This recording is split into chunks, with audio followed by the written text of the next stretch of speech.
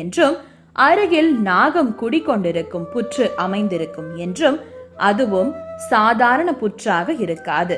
அந்த புற்று மேலிருந்து உற்று நோக்கினால் அறுகோணம் அமைப்பில் தென்படும் என்றும் முருகனின் வாகனமாக சொல்லப்படும் மயில் அருகிலேயே உலாவிக் கொண்டிருக்கும் என்றும் மேற்கு திசையில் அமையும் என்றும் சூட்சமமாக பதில் வந்ததால் கோவில் அர்ச்சகராக இருக்கும் குபேரன் என்பவர் எந்த இடத்தில் கருடன் வட்டமிடுகிறது என்று தேடி அலைந்துள்ளார்.